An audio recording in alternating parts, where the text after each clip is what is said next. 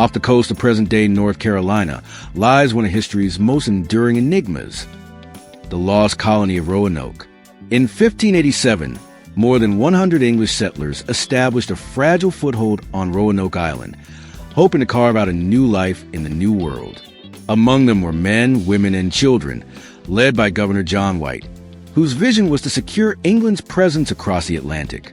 Not long after the settlement began, White sailed back to England for supplies. Delayed by war with Spain, his return took 3 years. When he finally stepped ashore in 1590, the colony had vanished. Houses stood deserted, tools left behind, and no trace of the settlers remained. The only clue carved into a post was a single haunting word, Croton. Over the centuries, theories have multiplied. Some suggest the colonists integrated with local tribes, while others believe they perished from famine, disease, or conflict. Archaeological digs have uncovered fragments of European pottery mingled with native artifacts, hinting at possible assimilation, but never offering definitive proof. Even today, Roanoke's fate remains unresolved, a void in the pages of history, where evidence dissolves into speculation. Did they survive, hidden in plain sight, or were they lost forever to the wilderness? The silence of Roanoke lingers, an unanswered question that still drifts across the salt air of the Outer Banks. In July of 1937, the world watched with anticipation as Amelia Earhart set out to become the first woman to circumnavigate the globe by airplane. With navigator Fred Noonan by her side, she piloted a twin-engine Lockheed Electra on a journey that stretched across continents and oceans. By the time she reached Lae, New Guinea, Earhart had already covered more than 22,000 miles, with just one of the most dangerous legs ahead, the Pacific crossing to Howland Island. On the morning of July 2nd, Earhart and Noonan took off into uncertain weather.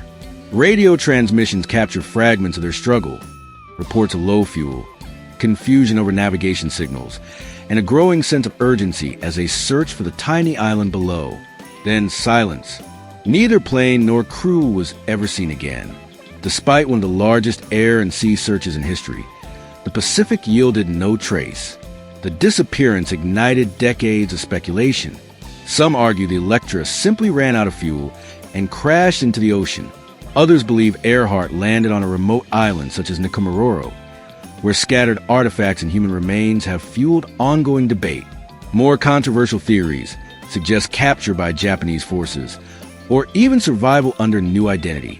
Each fragment of evidence, maps, radio logs, skeletal remains, only deepens the intrigue rather than resolving it.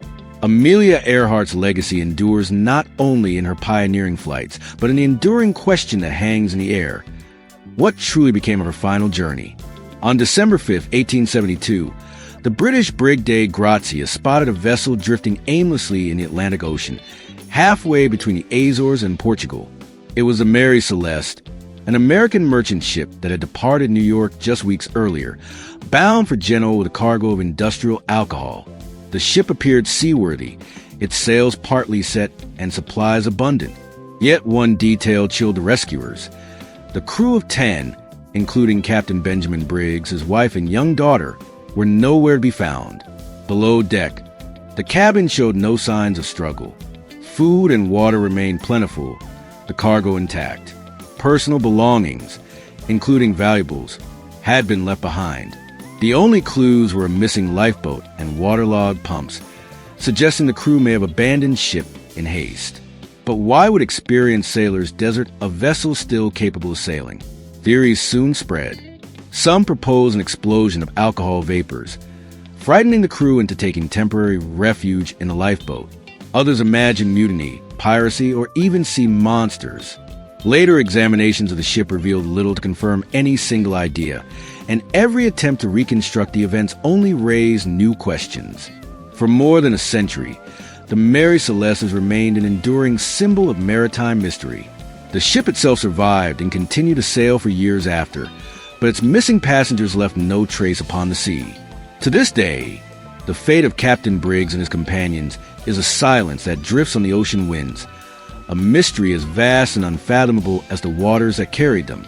On March 8, 2014, Malaysia Airlines flight MH370 lifted off from Kuala Lumpur, Bound for Beijing with 239 people on board. For the first hour, the flight progressed normally. Then, somewhere over the South China Sea, the aircraft vanished from civilian radar. Military systems later revealed an unexpected turn. Instead of continuing north, the Boeing 777 veered sharply west, crossing the Malay Peninsula before disappearing into the vastness of the Indian Ocean. What followed was one of the largest and most complex search operations in aviation history. Dozens of nations deployed ships, aircraft, and satellites to scour the seas. Yet the wreckage remained elusive. Only years later did fragments of the aircraft, pieces of wing and fuselage, wash ashore on distant beaches in Madagascar, Mozambique, and Réunion Island, confirming the plane's final resting place lay somewhere deep within the southern Indian Ocean. Despite analysis of satellite data, the exact path remains uncertain. Some investigators point to a catastrophic mechanical failure or rapid depressurization. Others suspect deliberate action, citing the puzzling flight path and loss of communication. The absence of black box recorders leaves every possibility unresolved, fueling endless debate and speculation. Today, Flight MH370 stands as one of aviation's most haunting mysteries. Families of the passengers still seek answers, while oceanographers and engineers continue to model the currents in search of hidden wreckage. Somewhere beneath miles of uncharted water lies the truth, but until it's uncovered, MH370 remains a question suspended between sky and sea. On Christmas Eve, 1945, the Sauter family of Fayetteville, West Virginia, gathered in their home for a night of celebration. George and Jenny Sauter, along with 9 of their 10 children, enjoyed the holiday together. But just after midnight, fire engulfed the house. George and Jenny, along with 4 of the children, escaped the blaze. The other 5, Maurice, Martha, Louis, Jenny, and Betty, were never seen again. In the aftermath, investigators concluded the children had perished in the fire. Yet no human remains were ever found in the ashes, an absence that defied expectations given the house burned for only about 45 minutes. Adding to the unease were strange events both before and after the tragedy. A cut phone line, a ladder mysteriously missing from its usual spot, and a series of reports from people who claimed to have seen the children alive in the weeks following the fire. The Sauters themselves believed their children had been abducted, possibly in retaliation for George's outspoken criticism of Mussolini and the Italian government. For decades, they pursued leads, even erecting a billboard along a highway with the faces of their missing children, a haunting reminder that the case was far from closed. Despite multiple investigations, the truth remains uncertain. Were the children truly consumed by the flames, leaving no trace, or did they vanish in the shadows of another life? The Sauter family never stopped searching, and the unanswered question still lingers like smoke over the ruins of that Christmas night. On July 30th, 1975, labor leader Jimmy Hoffa arrived at the Machu's Red Fox restaurant in Bloomfield Township, Michigan. He was scheduled to meet with 2 reputed mob figures to discuss his efforts to regain control of the Teamsters Union. Hoffa called his wife from a payphone, saying he had been stood up. After that call, he was never seen again. When Hoffa failed to return home, investigators launched a massive search. His car was found abandoned in the restaurant parking lot, but no trace of him was inside. Tips poured in from across the country, ranging from credible leads to outright speculation. Over the years, supposed burial sites included fields, warehouses, and even beneath stadium concrete, but every excavation ended in disappointment. Theories surrounding Hoffa's disappearance are as numerous as they are chilling. Some believe he was murdered by organized crime to prevent his return to power. Others suggest he fell victim to rivals within the Union itself. A few have argued he may have been taken abroad, though no evidence supports this. The FBI officially declared the case unresolved, closing its active investigation in 1982, yet Hoffa's name remains synonymous with disappearance. Decades later, Hoffa's fate endures as one of America's most infamous mysteries. His absence left a void in both labor history and criminal lore, a story where power, ambition, and betrayal converge. Somewhere between rumor and fact lies the truth of what became of Jimmy Hoffa, a truth still buried beneath layers of silence. On the evening of October 21st, 1978, 20-year-old pilot Frederick Valentik took off from Moorabbin Airport in Melbourne, Australia. His destination was King Island, a short flight across the Bay Strait. The weather was calm, and Valentik's single-engine Cessna 182L appeared in good condition. Yet as he flew over the dark waters, something unusual unfolded. At 7:06 p.m., Valentik radioed Melbourne Air Traffic Control to report an unidentified aircraft shadowing him. He described it as having 4 bright lights and moving at incredible speed. Over several minutes, his transmissions grew increasingly unsettled. He claimed the object hovered above him, that it wasn't an ordinary aircraft, and that it seemed to be playing some kind of game.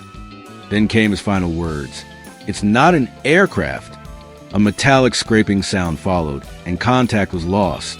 Despite an intensive search, neither Valentik nor his plane was ever recovered. Investigators offered explanations ranging from disorientation and controlled flight into the sea, to misidentification of celestial lights, to deliberate hoax. But the absence of wreckage left every conclusion uncertain. For UFO researchers, the case became a cornerstone, cited as potential evidence of extraterrestrial contact. For others, it remains a tragic story of a young pilot lost to the hazards of night flying. The Bay Strait still holds its silence, and the mystery of Frederick Valentik endures, suspended between the sea, the stars, and the unknown. On the afternoon of November 24th, 1971, a man using the name Dan Cooper purchased a ticket on Northwest Orient Airlines Flight 305, a short trip from Portland to Seattle. Midway through the flight, he calmly handed a note to a flight attendant, claiming he carried a bomb. Opening his briefcase, he revealed wires and red sticks, then demanded $200,000 in cash and 4 parachutes. When the plane landed in Seattle, his ransom demands were met. Passengers were released unharmed, and the aircraft refueled. Cooper then instructed the remaining crew to fly toward Mexico City at low altitude and slow speed. Somewhere over the rugged forests of southwest Washington, he strapped on a parachute, tied the money to his body, and jumped into the stormy night. Despite one of the most exhaustive manhunts in FBI history, no definitive trace of Cooper was ever found. The dense wilderness yielded no parachute, no body, and no sign of the money until 1980, when a young boy uncovered $5,800 in decaying bills along the Columbia River, matching the serial numbers of the ransom cash. The discovery deepened the mystery but provided no clear answers. Over the decades, suspects ranged from military parachutists to missing fugitives, yet no one was ever charged. In 2016, the FBI officially closed its investigation, acknowledging the case may never be solved. D.B. Cooper remains a figure suspended between folklore and fact, the only hijacker in U.S. history to vanish without a trace. In 1845, Sir John Franklin set sail from England with 2 ships, HMS Erebus and HMS Terror, on a mission to chart the final, untraversed stretch of the Northwest Passage. The expedition carried 129 officers and crew, well provisioned with modern equipment and years of supplies. Yet, once the ships entered the icy waters of the Canadian Arctic, they were never seen again. Rescue attempts began after years without word. Search parties found only fragments, abandoned campsites, scattered personal effects, and reports from Inuit communities who described starving men dragging lifeboats across the frozen landscape. A note later discovered on King William Island revealed the ships had become trapped in pack ice, and Franklin himself had died in 1847. By 1848, the remaining crew had attempted to march south, but never made it to safety. For generations, mystery surrounded their fate. Autopsies of preserved bodies recovered from the permafrost revealed signs of malnutrition, tuberculosis, and lead poisoning, possibly from tin food or the expedition's water system. Still, no single cause explained the total loss. In 2014 and 2016, underwater archaeologists finally located the wrecks of Erebus and Terror, astonishingly well preserved on the Arctic seabed. Yet even with these discoveries, many questions endure. How exactly did the final days unfold? And why did an expedition so well supplied collapse into tragedy? The Franklin expedition remains a story of ambition, endurance, and a chilling reminder of the unforgiving Arctic frontier. High on the mesas and deep within the canyons of the American Southwest, the ancestral Puebloans built a thriving civilization. From the 9th to the 13th centuries, they constructed vast stone dwellings, intricate cliffside villages, and ceremonial kivas in places like Chaco Canyon and Mesa Verde.